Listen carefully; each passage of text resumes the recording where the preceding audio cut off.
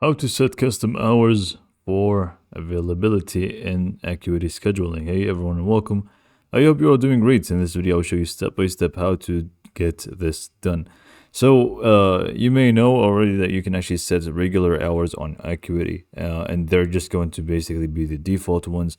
But let's say there are going to be a few exceptions with specific days and you want to make that exception and set custom ones without having to change the regular ones.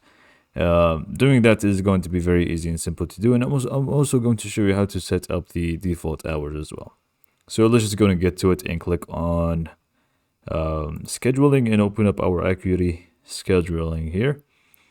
Now, once this is open up, in order to set up anything related to availability, you will need to go to availability. So let's just go to the left panel here, scroll down a little bit, and you should find availability. Go ahead and click on that. And then just go to calendars and just go and select the calendar that you want to set up this thing for. I only have the one, so I'm just going to keep it. And then now we have the regular hours first, and then we also have the custom ones. So override hours for specific days. Now here, you obviously would want to set up the regular hours. So for example, from Sunday to Monday, all of them are pretty much the same. And we are also working Friday. So I'm just going to remove this and make sure it is empty so I don't work Fridays. And Sunday, if you want to change that, you can feel free to just do it very simple. So let's just do from 6 p.m. to, let's say, 10 p.m. or something. I'm not really sure. And then we can just also do the same thing for the rest of them. So just go in and, copy this and just select this, remove that, paste them in here, and you can just go ahead and set these default hours.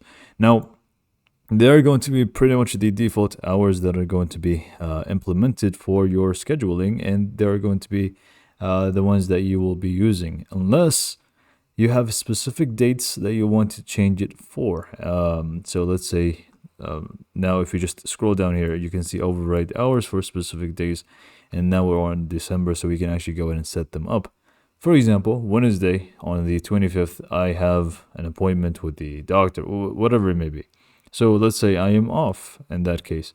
So what I do is just go ahead and click on that, remove it, and click on set hours.